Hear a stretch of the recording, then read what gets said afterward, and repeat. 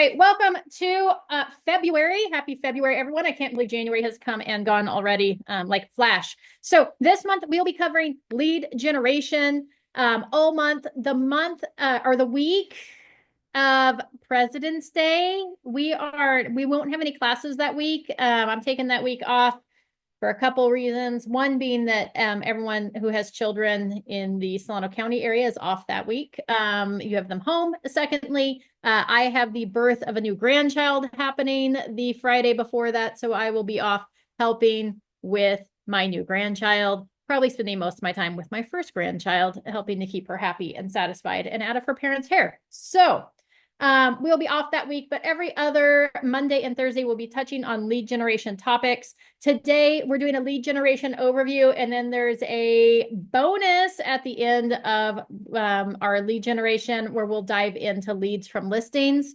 We're covering other topics like your farm, open houses, business to business, so events and seminars. So it'll be a fun time. If there's anything else you guys want me to cover with relation to lead generation, feel free to throw it in the chat box or shoot it over to me in a text message, and I'll work to incorporate that into some of the other lessons. So, but let's get started on lead generation.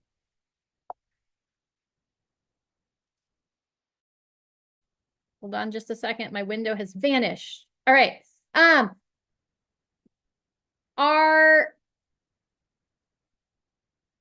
on, I skipped a step. There we go. Okay. Today, our learning objectives are we're going to cover keeping it simple,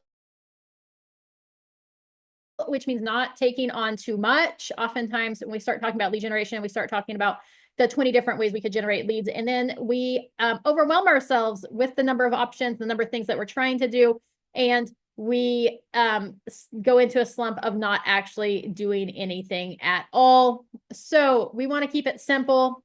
And a quick reminder too, that they aren't actually leads, it's people, right? We're generating potential clients. And so they're people we want to generate business with and build relationship with. So it's all about the people. We also want to talk about how to create your lead generation playbook, right? Create systems and processes to follow. And then we're going to wrap it up. And I'll just touch briefly on the follow-up plan to win, because I'll reference you back to last month's training where we really did a deep dive into those follow-up plans. So let's dive in. And as always, if you have questions, feel free to throw them in the chat box, raise your little Zoomy hand, or just unmute yourself and interrupt me. Feel free to do that. It's not rude at all. So let's get going.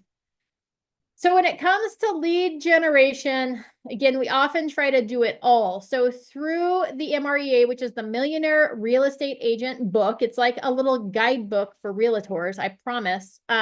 We learned that the top agents generally have 4 primary lead generation strategies. Okay, on average, their top 4 lead generation methods earn them 82% of their business.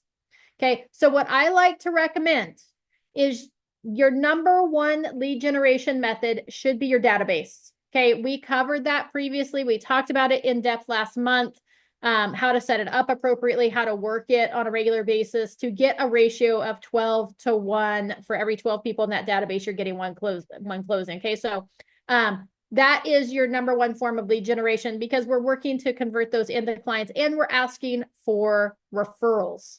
Okay.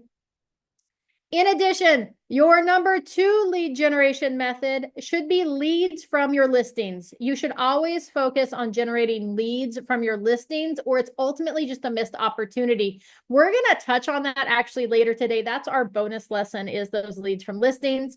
So that's going to leave you with 3 additional lead generation strategies. I recommend that you have 5. Most of your business is going to come from those top 4, which is going to be your leads from listings, your database, and then 2 additional ones. But we always want to have that 3rd thing that we're working on. So you're going to pick lead generation strategies number 3, 4, and 5 based on what you enjoy doing. Okay. This month we're covering during our time together, farming, open houses, social media, events and seminars, and business to business. And again, I'm going to throw in some potential bonus items as well with those lessons. So if there's something that's not covered there that you want me to touch on, make sure to mention it. But keep in mind, that's not a full list of lead generation opportunities, right? There's FSBOs, which are for sale by owners. There's expired listings. There's pre-foreclosure. There's divorce. There's probate. There's networking groups. And that's just a few of the ways that you can lead generate. The good news is that with real estate, there's not a wrong answer. Okay, part of my lead generation was I wore, in fact, I've got one on today. Like this one says real estate agent, only because full-time multitasking ninja is not a job title. So I had lots of apparel that pointed out that I was a real estate agent because I am kind of an introvert, not kind of, like 99% introvert. And I'm really uncomfortable talking to people in public that I don't know. Okay. So I had things that brought people's attention to the fact that I was a realtor so that they would engage me in conversations. I'm happy to have a conversation with somebody. I just generally have a hard time starting that engagement. I would prefer that they start it. So I did things that put me in a position that when I was out and about or at my kids' activities or whatever I was doing, that it put me in a position where people would engage with me. So I did things like that because, again, I'm kind of an introvert. So again, there's no wrong answer or no right answer as to what is the best lead generation method outside of leads from listings and database. You can't overlook those two methods. Okay, any questions before we dive in? All right. So to get started with lead generation, you first need to identify those three methods of lead generation that you're going to execute, and then you want to develop systems and processes around those. Now, here's what I'm going to say. Develop your systems and processes around your database first. We talked about that in depth for a whole month. Next, make sure you've got some systems and processes in place for what you're going to do with those leads that come in from your listings. Somebody who is a sign call, somebody who attends the open house of one of your listings, somebody, right, wherever those leads might come in. We want to make sure that we have a plan in place to attack those. And then we're going to tackle one more lead generation method. So you might say that, hey, my lead generation strategies are going to be open houses, farm, and social media. Pick one of those to focus on first. Okay, we're going to pick one. We're going to master it. Once we've kind of mastered it, we've got those systems and processes in place. Then we're going to move on to the next one. That doesn't mean that we eliminate the first one. We're going to continue to work our systems and processes. But now that we have those in place, we've been executing them on a regular basis. We have the capacity to add more. So we're going to add that next method in. We're still going to work our database. We're still going to work our leads from listings. We're going to work that lead generation method number one, systems and processes, but we're going to start adding in and developing systems and processes around the next lead generation method. So notice we're not tackling all five at once. It's not a do it all or do nothing. Just focus in on creating those systems and processes and then executing them well. Think of it as you have to like earn the right to add the next form of lead generation. That doesn't mean you're not going to be doing little things on the side. If I'm going to focus on social media first, that doesn't mean that I may not host some open houses, right? But my focus is going to be on really putting those systems and processes and my energy into social media. Okay. When we define those systems and processes, we want to make sure that we write them down so that we have a replicatable system so that we know what the plan is, okay? And so that we can execute it consistently. Okay, we don't want to have to like rack our brain trying to remember what was it that I did last week. We want to write it all down. That way we can evaluate what worked, what didn't work, what's getting our return, right? So we want to develop those strategies. You want to run the strategies weekly. Okay, this means that when we define those strategies, we're going to break it down in clearly defined action steps that you can complete on a daily and weekly basis. Okay. And then when we cover the different lead generation strategies this week, just so you know, we're going to break it down by like daily activity. So you can see what that might look like. What action might I be doing on Monday or Tuesday or Wednesday? So we're going to break it down that way so you can kind of see what some of those systems and processes are. And then you want to make sure to track all of your activities. Again, we want to be able to look back over our activities. We want to know what the results were. We want to know how much time we spent, how much money was spent, what the actions were so that we can calculate our return on investment, right? So we want to calculate that return on both time and money, right? So we invest two things into our business, time and money, and we want to know what the return on the investment for both is. And we want to be able to look back over our activities and know what worked and what didn't work and be able to tweak the activities to bring results. So if we've tracked that, hey, we're doing everything we're supposed to do, but it's not getting results, then we know we probably need to adjust how we're executing those things versus if we look back on our activities and realize that, oh, well, we only did the activities we were supposed to do on Monday, not Tuesday, Wednesday, Thursday, and Friday. And imagine that it didn't bring results. We know that we need to adjust our activities to bring them up to the level to know that we should get results. Okay. So,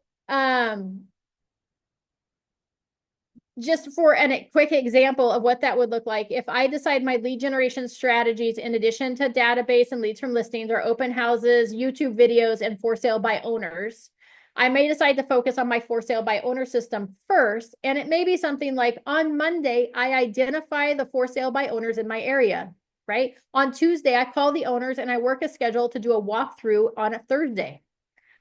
Wednesday, I'm going to compile the packet of information pertaining to that for sale by owner, maybe like a CMA, right? A market analysis, maybe a for sale by owner pre-listing packet, and anything else that I think would be useful. On Thursday, I'm going to complete that walkthrough. I'm going to talk to the owners. I'm going to identify their motivation, find out why they're selling on their own, ask if they are willing to compensate a buyer's agent, right? And briefly discuss the benefits of listing with an agent.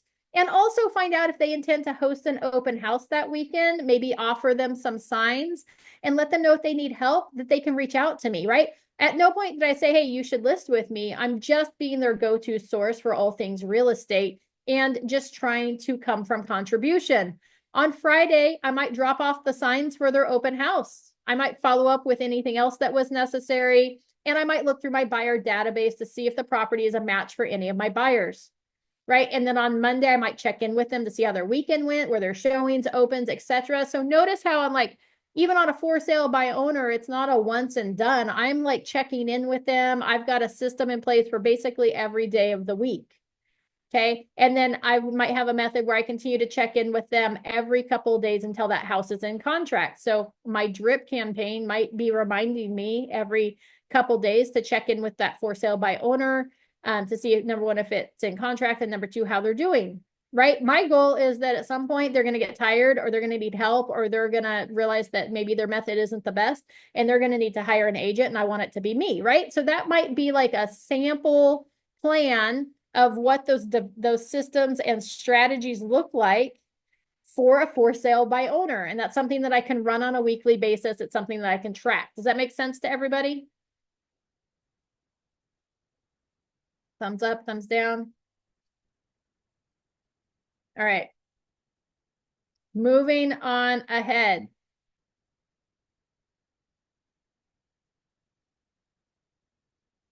All right. Lead generation, right, is really just connecting with understanding humans. It's the art of making friends.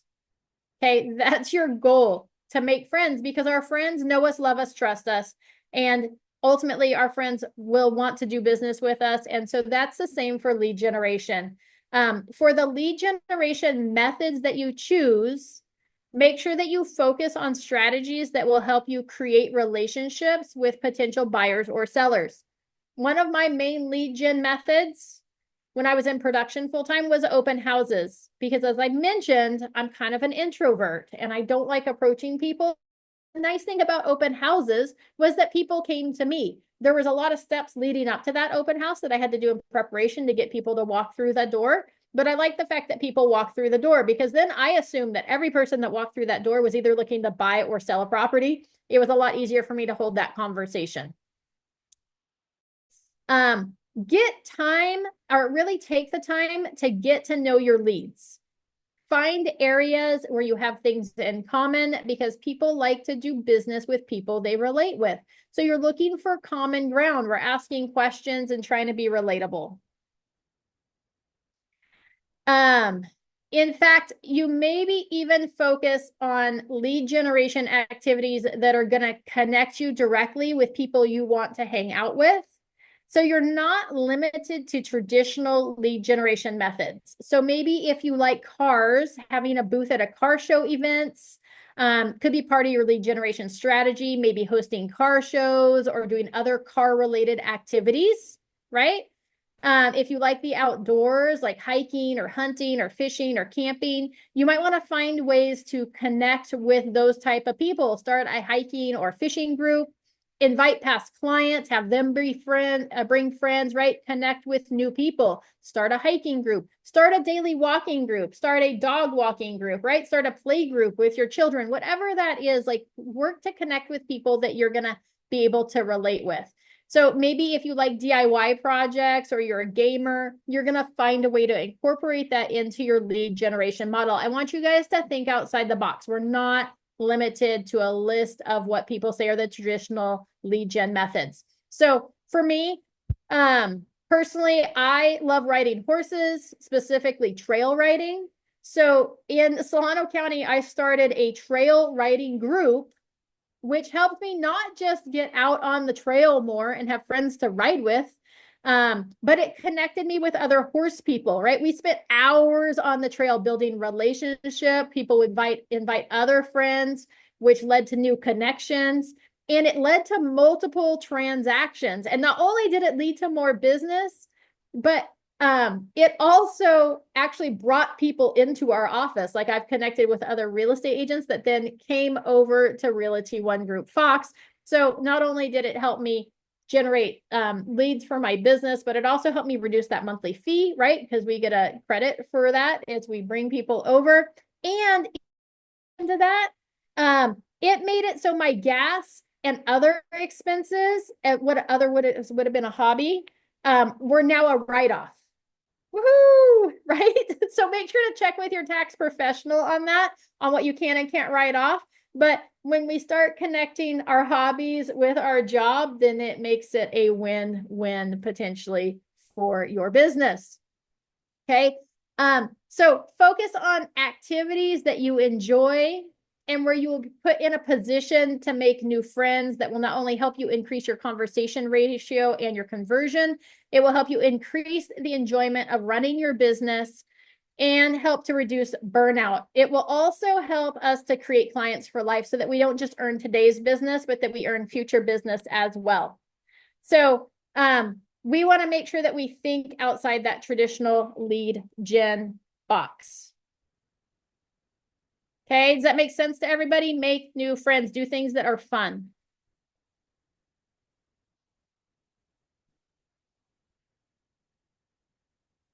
Okay. For all new leads, we went into this in detail last month, so go back and watch the recording. For all new leads that we add to our database, number one, we want to add them immediately. Number two, we need to add them in a systematic plan to connect with them and win them over. So here's what often happens. We connect with a new lead. Let's say it was at an open house, or they called off a sign from our listing, or maybe their connection that we made at a DIY event that we held. They said they were interested in buying a home. We called them, and then there's crickets. Chirp, chirp. We don't hear back from them. Statistics say that it takes 8 interactions, 8, to convert a lead into a client. So we don't want to lose heart that it's crickets.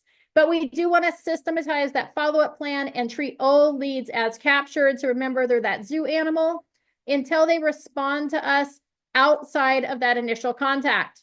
So I would recommend putting them on the 12-step plan for the first week. Okay, that's where we're going to interact with them at least 12 times that first week. It's a mix of emails, text messages, phone calls.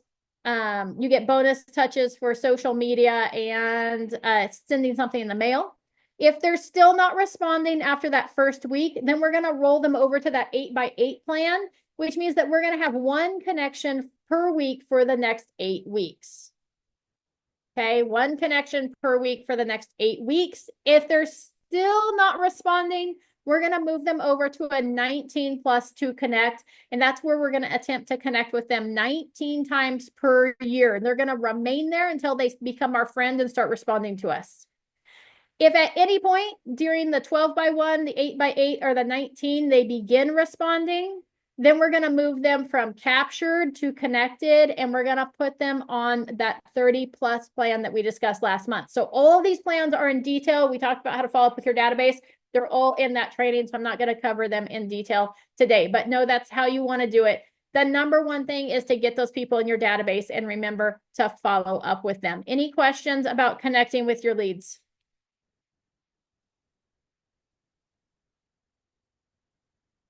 Okay.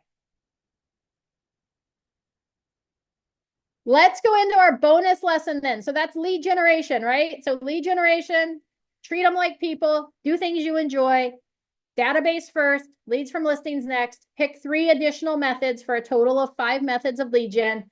Pick one, master it, move on to the next one. And let's talk now about leads from listings, okay? This is one form of lead generation that may not have weekly activities because it's going to be dependent on when you have active listings. Okay, but that doesn't mean that we shouldn't have systems and processes in place for generating those leads. And we want to have those systems and processes in place also, not just to generate them, but to follow up with them. And we want to have conversation points or scripts committed to memory for how we're going to communicate with them. So, we are going to talk about the importance of using a for sale sign to drive phone calls. Okay. We also are going to talk about utilizing your listings for open houses, even if opens aren't one of your main lead generation methods. And we're going to talk about using that listing to up your marketing game. All right. Everything you do in your business should be in an effort to acquire listings. Your business should be listing focused, and here's why. Number one, when you look at working with buyers versus working a listing, your buyers are going to be more labor intensive. So by focusing on listings, you're going to have more time, and more time equals more appointments, which leads to more signed agreements. Okay. Number 2 reason is your listing should drive leads into your business. I make it a goal from every listing to generate at least 3 legit leads. And if you work effectively on your listings and generating those leads, they should become lead generating machines. And the third thing is oftentimes listings mean that you're getting double the transactions because more often than not, your sellers are going to be buying another home. And if it's a local home, you should get that purchase transaction as well. And if it's not local, you should get the referral to another agent. Okay, don't leave anything on the table. Make sure you're asking necessary questions to find out what your seller's plans are, where they're planning to move, if you can help them with that purchase, or if you can help connect them with a real estate professional that's going to offer them the same level of service they're getting from you in that area where they're going to be buying. Does that make sense to everybody? Okay.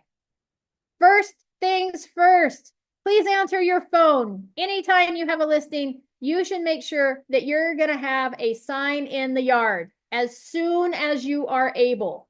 Okay. That should be step 1 of the leads from listings strategy and process. For most areas, it's going to fall under the National Association of Realtors Clear Cooperation policy, which states that if you are marketing the property to the public, it needs to be in the MLS and active within 24 hours.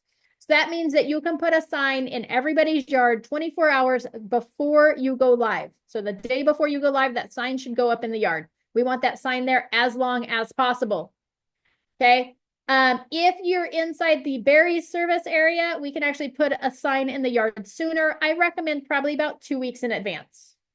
Okay. Any longer than that, then people, it starts to like just become, they don't see it anymore. If your seller doesn't want a sign, okay, be understanding, empathize, and please find out the motivation why they don't want that sign. And then we want to try to talk them into a sign. We want it for lead generation purposes. Okay, but we will probably sell it to them as it's going to help them sell their home. Let them know that the sign lets their neighbors know their home is for sale, and those neighbors may call friends and family to let them know that may not otherwise be looking for a home for sale, or that sign might catch passerbys. Okay, people driving through the neighborhood, going to visit other people in that neighborhood. That might be the neighborhood they want to live in. Okay, in addition, you want to think about your sign design. It should be easily viewed by a car driving by. Please don't forget to put for sale on there. Make sure your name is on there and a phone number. Okay, some things that you may not have thought about are people are afraid of conversations in this day and age. Okay, they don't realize that that device that they have, that they can actually make phone calls with it. So instead of call me, you might want to say text me, or call or text. So if they know that that's an option, or you may want to adopt a text to code or a QR code that they can scan for more details that captures their information. Okay, we don't want people we want to give people options outside of having to make a voice call. Okay, obviously that's the number one thing that we want from them, but people are reluctant to do that. So we want to provide them with other opportunities. Yes, absolutely, Claudia. You can put it as a coming soon in the yard without it being a coming soon in the MLS in the Berries service area. Outside of the Berries service area, so Berries is Solano, Sonoma, Napa, Mendocino, and Marin. Is that right? That doesn't sound right. Marin doesn't sound right, but I think it's Marin. Sonoma, Napa, Solano. Oh, yeah, Mendocino and Marin.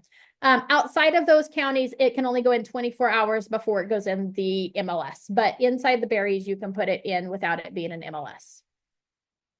Okay.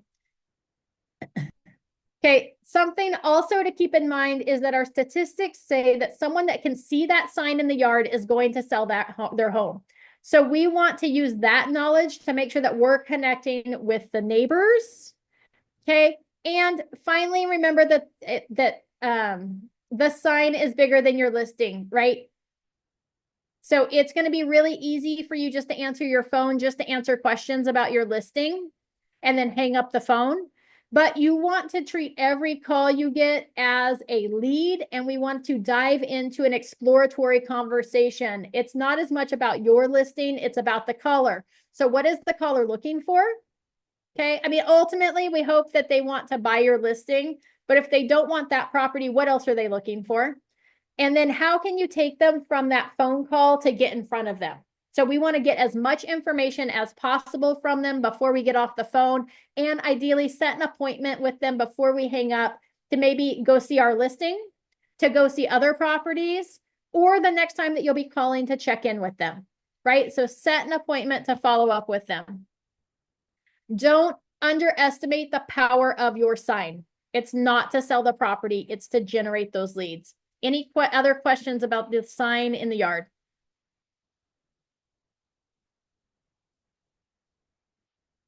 Okay.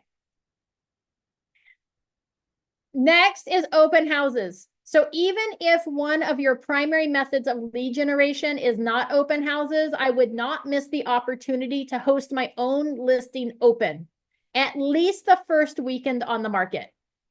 Okay. You want to use it as a marketing opportunity. You want to get that listing out there on social media. You want to advertise that open house. You want to be able to share it with your database because we're getting additional interactions with our database. You want people to come by and visit you. You want to get and promote that open house everywhere. You maybe even get those sign writers that announce that there's going to be an open house this weekend, right? So that neighbors or somebody that can see that sign, they see it. And sometimes when they see those open house writers, it may cause them not to like open up some of those other apps that they might have on their phone, which direct them to other agents. So we want to let them know that, hey, there's an open house this weekend, because now maybe instead of opening that app, they're just going to come by the open house and meet you. Okay, so we want that. So those sign writers that say like open Saturday, 11 to 1 or whatever time it is, whatever day, get those on that sign. Also, just like we teach for opens, you want to go around and door knock around the property. I would aim for at least 40 doors, ideally closer to 100, but I would go at least 10 on either side and maybe like 20 across the street. Okay. Invite those people to your open house. The open house gives you an excuse to go knock on their door. If you're hesitant to knock on people's door, you can let them know that, hey, I'm hosting an open house on the new listing. There might be increased traffic in the neighborhood, and maybe point out that it would be a great time to handpick their neighbors if they know anybody, friends, family, coworkers that want to move to that neighborhood. Okay, makes sense to everybody. So host those open houses at least that first weekend on the market.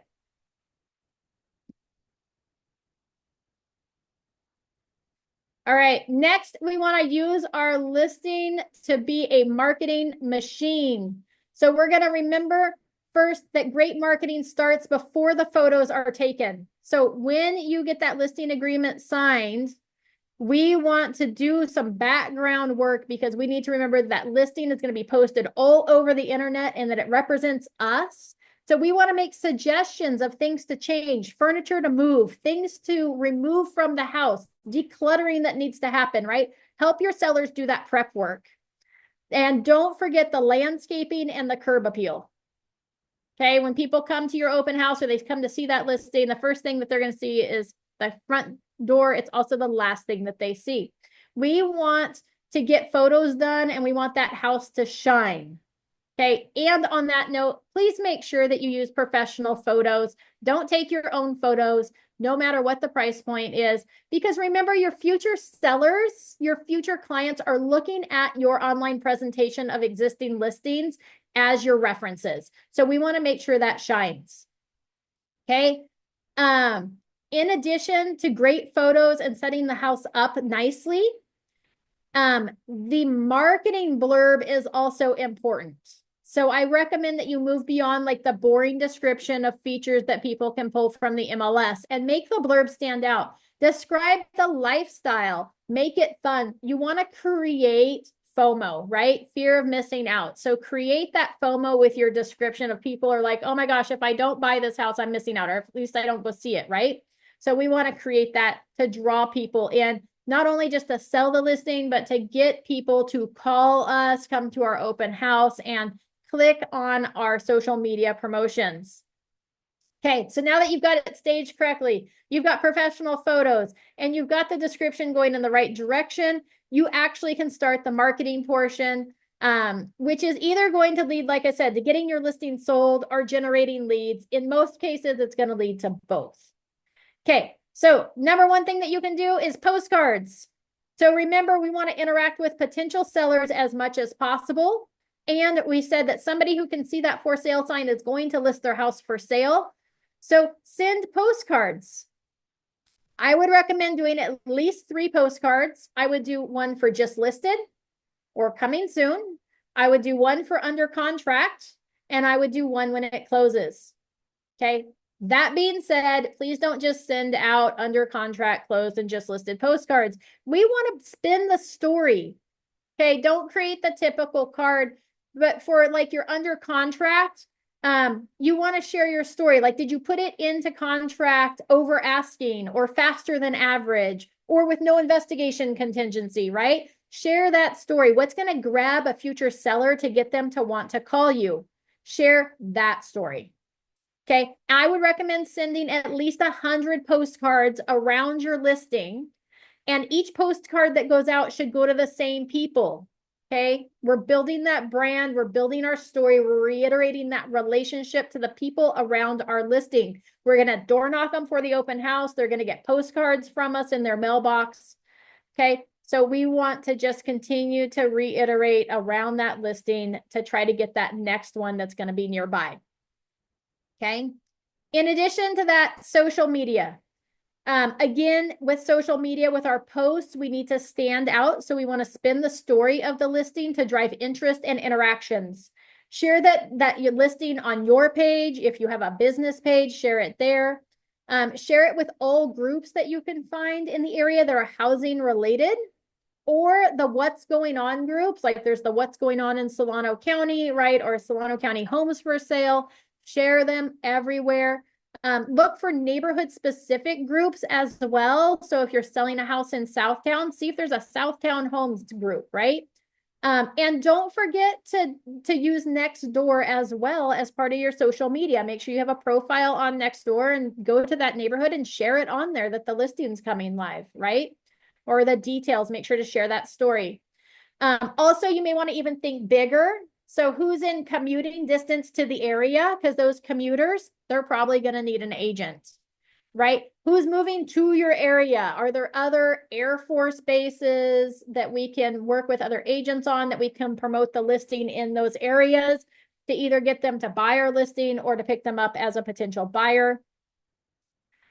Make sure to find housing groups on social media in those areas as well and share it there too. And then on social media, just like those postcards, share that story as you move through the transaction. Point out how you excelled in each step. The on market, when it appraised at value, contingencies were removed, clear to closed, and then once it closed, right? There's so many opportunities along a transaction that you can share your progress on how you're doing.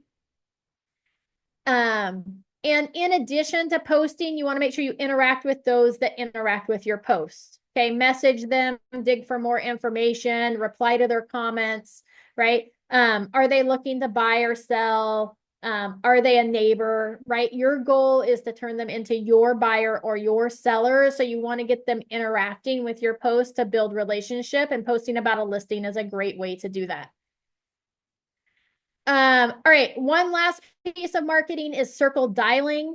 And remember, that's where we take the phone and we call the people that live around the house. So the same people that we sent postcards to, the same people that we door knock, we're now going to actually call them. We want to make sure you stay compliant with the TCPA. So make sure that you get numbers from a trusted source that make sure none of the people are on the do not call registry. Okay. But getting those numbers and solidifying that relationship with a phone call or a voicemail message will just help to give you that leg up, because now they're not just seeing your name and face on the cards. They didn't see you on the doorstep. You're also now calling them as well. And they're going to be like, oh my gosh, this person really wants to sell this house. I want somebody that's going to work that hard that's working that hard on that house. I want them to work that hard on my house, right? We're solidifying us as the person who's going to do the work to get their house sold. We're going to earn their business. Okay. So presentation matters, your marketing blurb, postcard, social media, circle dialing. Moving right along. Maybe. All right. So again, we want to develop the systems and processes around each step of generating our leads from listings. So they may not be activities that are done every week, but we should have a plan for them every time we have a listing. How are we going to utilize that listing for lead generation? So you need to have, a specific time frame of when you're putting the sign in the yard, the activities leading up to the first weekend's open house. You should have templates set up for the postcards that you're going to use, and templates for your social media posts to make it really easy just to pull the property information right in, write the new story, and get that post out there. We want to make them as simple as possible. Write down what platforms you're going to use for social media. Where are you going to post that? What platforms? What hashtags might you use? What groups are you going to post in? Have all of that written down and ready to go so that we don't have to come up with it every time we go to post. Okay. And then also make sure to have that 12 by 1 campaign set up, the 8 by 8 set up for the leads that come in from your listing. You may want to do those differently than your regular 12 by 1 for open houses, right? Because now we're talking to people who potentially were asking to sell their home or potentially asking to buy. So we may want to have a specific leads from listings touch campaign or interaction campaign set up for those, so that we know exactly what 12 by 1 or 8 by 8 we're working and how we're interacting with those leads for the next couple of weeks. Does that make sense to everybody? Don't leave it to chance. Any questions about lead generation or leads from listings?